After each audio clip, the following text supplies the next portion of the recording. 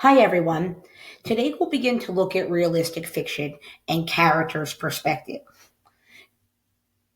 Perspective is the way the character sees the world, how they see things differently than others, how they interpret what happens. And in order to understand characters' perspective, readers need to pay attention to details, especially details that show what a character needs or desires and what barriers get in their way.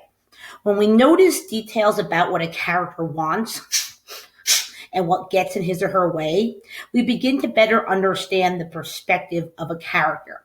And the best place to find those details are directly from the text evidence. So we're going to start our work today by doing a read aloud of a story called How to Transform an Everyday Ordinary Hoop Court into a Place of Higher Learning and You at the Podium by Matt De La Pena. We're going to read with the following questions in mind. What do they need or desire? And by they, I mean the character. And what barriers get in their way.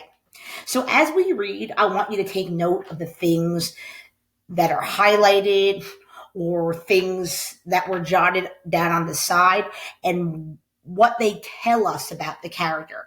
Why did I zone in on this particular text evidence? It's finally summer. Go ahead and take a deep breath. You're free. All year long, your mom's has been on you like glue about algebra worksheets and science fair projects and knee-high stack of books Mrs. Baker assigned for English class. And you did what you had to do. 2 A's and 4 B's. Truth is, you're actually pretty smart. School comes easy. So let's take a look at these first 2 lines I highlighted. I stop and I think, I'm a student sitting in a classroom. And it's summer. I'm finally no longer in that classroom. I can relax. I'm free. I can go and play outside. I can play my video games. I can sleep all day if I want. The time is mine. And so our main character probably feels less pressure. He feels a little bit relieved.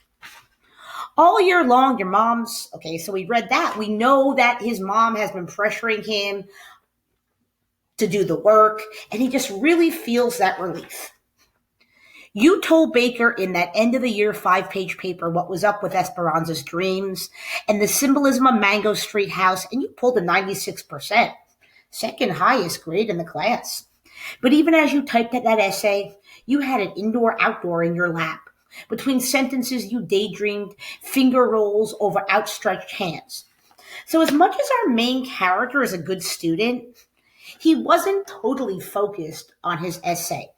He was thinking about something else. He was preoccupied. And when we're daydreaming and you're preoccupied, what do we normally think about? Something we'd rather be doing. Or in other words, this first question here, what do we need or desire? What do we want? And when the finger rolls are mentioned, yeah, we know what he wants, the main character. He wants to be out playing basketball.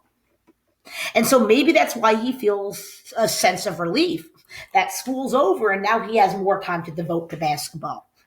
See, here's what all the hardcore homework pushers don't get. For people like you, ball is more than just ball. It's a way out. So the hardcore homework pushers, I see those people as the teachers, maybe his mom that wants him to really focus. And he says they don't get him. Maybe they don't understand him. Because for him, ball is more than ball. Basketball is more than just a game. It's a way out. And so as a reader, I think, a way out of what? What does he want to escape? And then I get the answer in the very next line. A path to those tree-lined lives they always show on TV. So what do we think about when we think of these ideal settings that we see on TV? The nice house, the nice neighborhood, the tree-lined streets, the fancy cars in the driveway. So he wants to get out of his neighborhood. And the neighborhood he lives in is clearly not this ideal neighborhood. Let's think about what his neighborhood could be like. And does that neighborhood he lives in affect the way that he sees things? You've crunched the numbers and read the tea leaves. The fact is, you'll never hit the books as hard as boy genius Jeremiah Villa, Sylvia Diaz either, even your boy Francisco from down the hall. There are folks in this world who live to mark up a fat world history textbook with a arsenal of colored highlighters. So our main character's not like that.